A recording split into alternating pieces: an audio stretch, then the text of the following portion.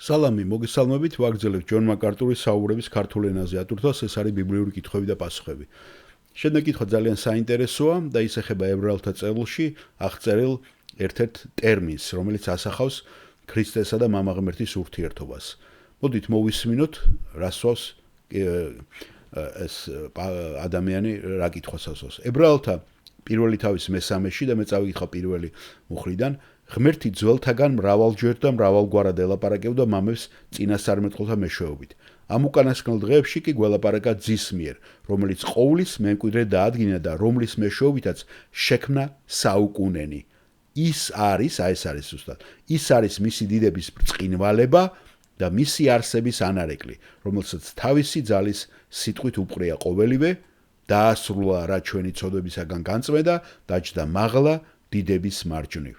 და პიროვნება სვავს, რას ნიშნავს არსების ანარეკლი და ასევე დიდების ბრწყინვალება. ეს აინტერესებს. მე არასოდეს არ სმენია ამ ტერმინის გამოყენება და როგორ რა სიტყვით ამაზე ეკითხება ჯონ მაკარტურს. როგორ არის მამა და ძე ერთმანეთთან მჭიდრო კავშირში და როგორ წარმოადგენს იესო ძე მამის ბრწყინვალებას.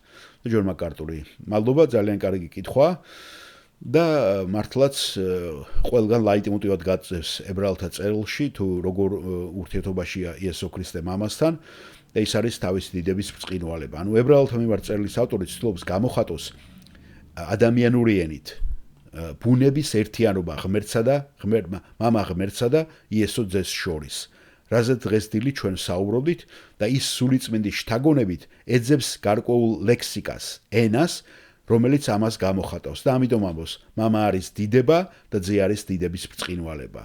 ეს იგივე იქნება, რაც თქვა, მამა არის მზე და ძე არის მზის ბრწყინვალება, როდესაც ჩვენ ცას ვუყურებთ. გულისხმობ, როცა დავინახავთ ერთსა და იმავეს, ერთია ერთსა და იმავეში, მაგრამ ეს ორი ცალ-ცალკეა მაინც და სწორედ ამას ამბობს ის. ორი პიროვნება ერთში.